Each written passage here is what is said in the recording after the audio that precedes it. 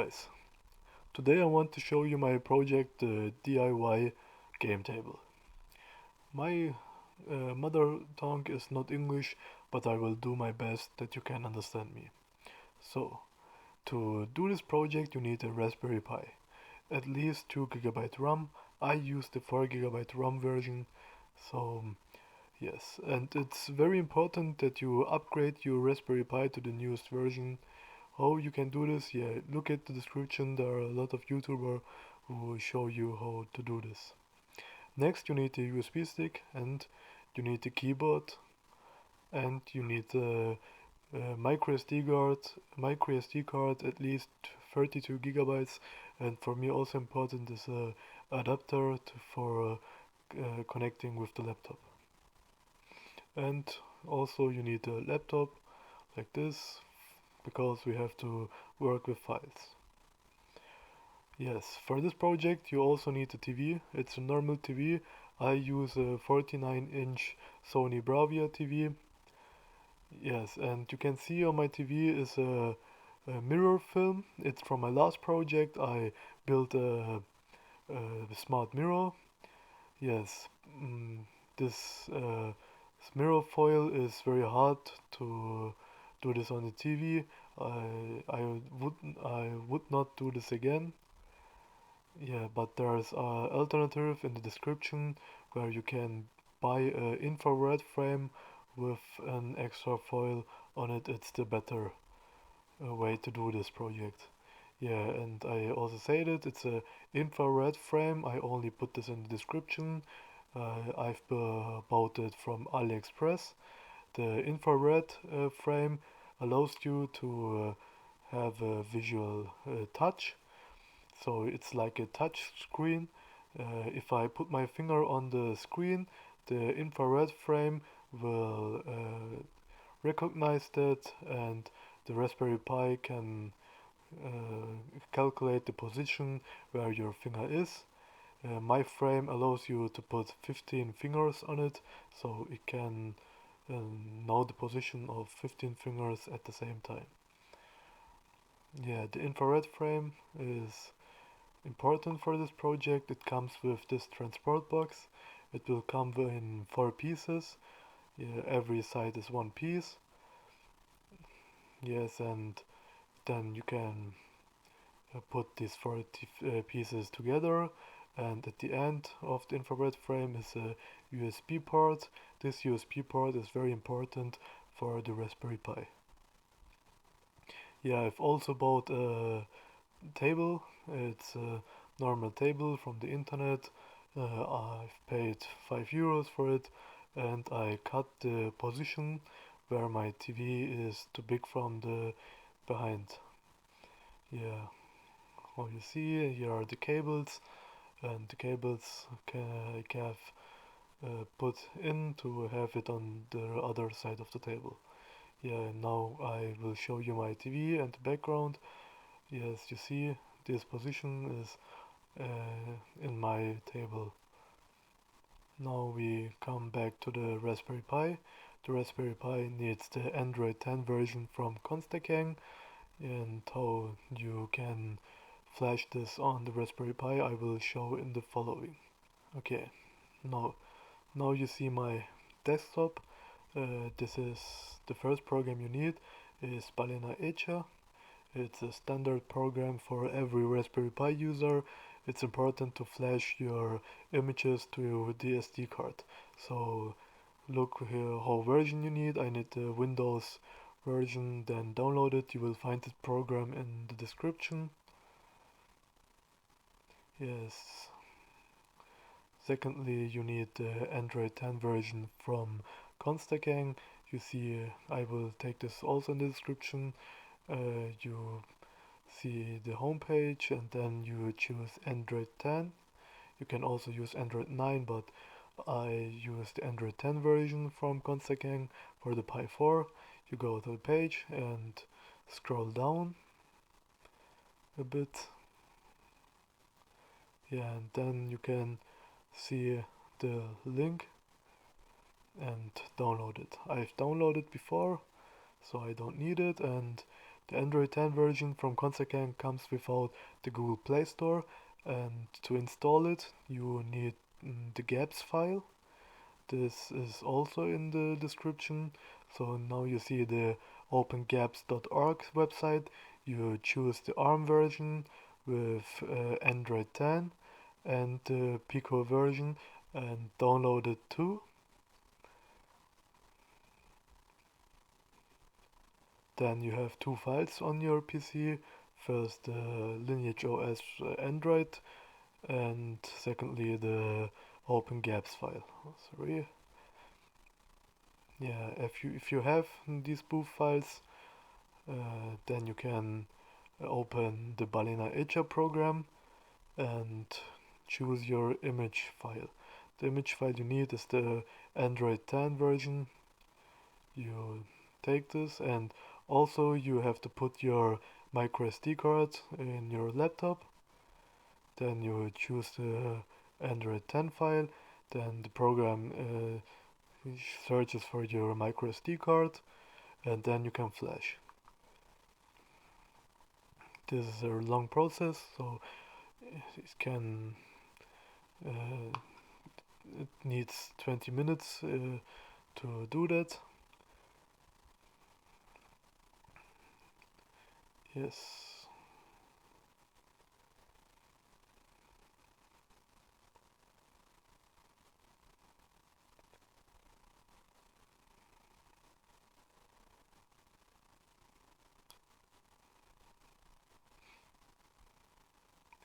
Yeah, and if you're finished, you can close the program.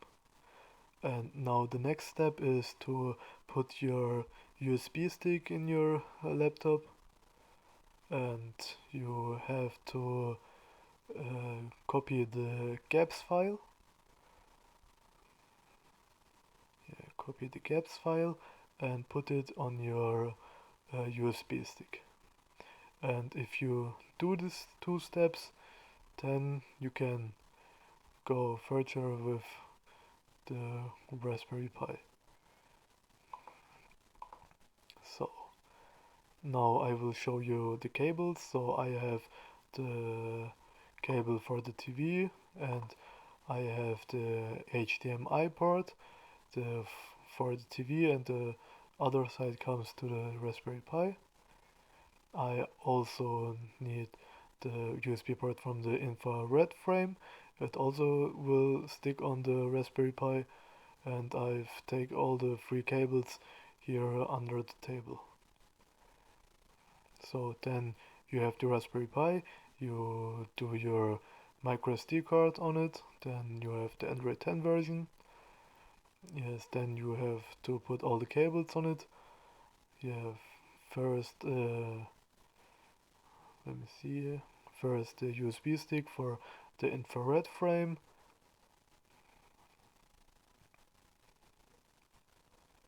Then the cable for the Raspberry Pi 4 itself for have power, and the HDMI here from the Raspberry Pi. The other side is the micro or mini HDMI port. I don't know what it's exactly.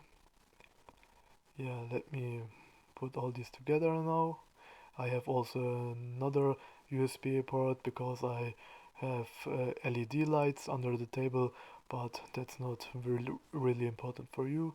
You can do it also. So if you do it, that all, you have this look.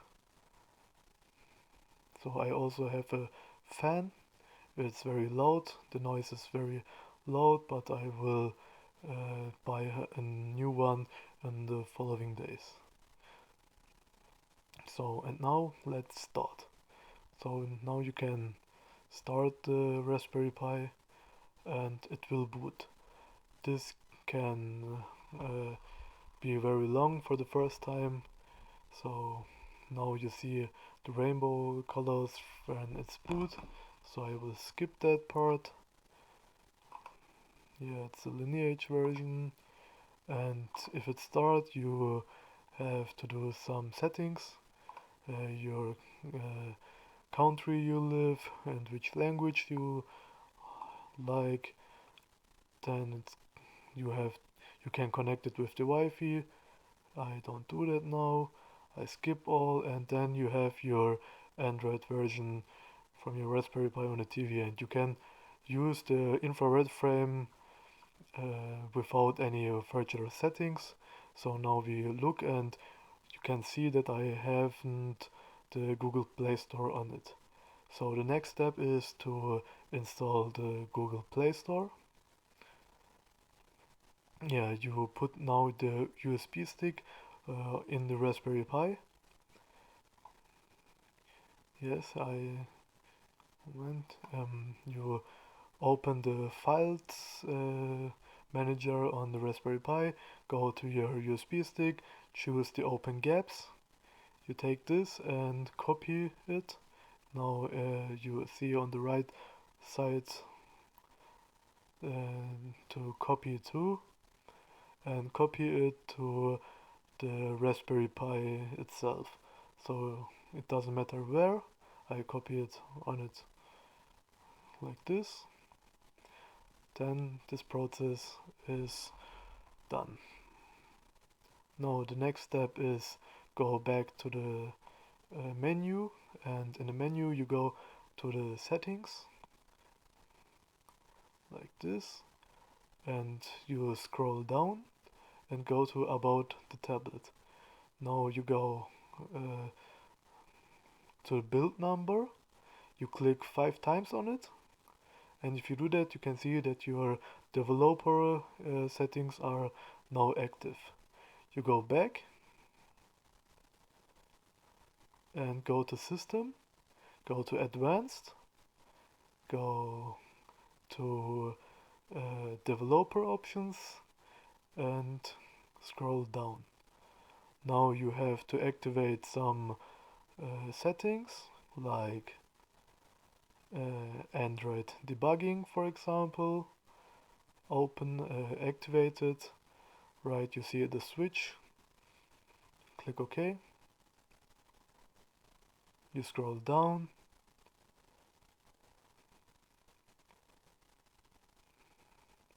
Yeah, I have activated another point. Yeah, Android debugging. Root debugging also important. Root access is also important to activate. Local terminal also important to activate. Yes, and that was all, I think. Yes, it was all. Yeah, now you go back. You go back to the menu, and in the menu you now see the terminal. You click on the terminal, click OK. And now we have the terminal. Now you have to put your keyboard in the Raspberry Pi, and then you write down SU. Moment. Yes. Now SU for super user, click enter. Then you have to write RPI4.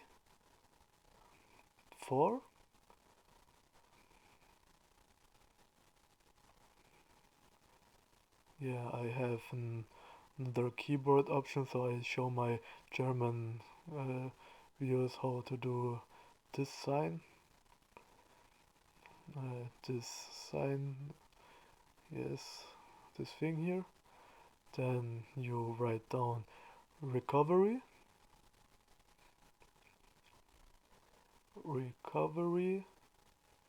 dot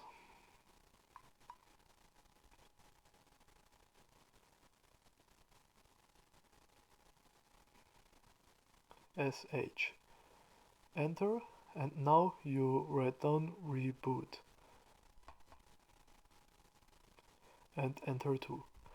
Now the system will start again, and if the system start you will come to another menu. So now you have to see this, and Now you see this thing here, you have to swipe it to the right, like this. Then you see this menu and click on install. And then you will see your open gaps file. The next step is click to the open gaps file. And now you see this menu, and it's very important to click to this. The reboot after installation is complete. Click on it and swipe again. Now your system will start again. Now you see open gaps file. Yes, now the system, if this over, the system will reboot. Then you see, and the tablet will start. Now you can go to the menu and you have to search for your Google Play Store. Here it's on the right side. You click on it, and that was it. Now you can sign in the Google Play Store and can download every game you want. And now that was all. So yeah, thank you for listening. I wish you a good luck to make this project, and if you want to know how the performance is and how the touch is, you can watch my first video. I have tried a lot of Google Play Store games, and yeah, you can watch how good it works. So I want to say that the games are very well, but games like Monopoly is very hard to play because it's lagging a lot. So thank you for your attention. If you want to see more, you can give me a abo. So thanks.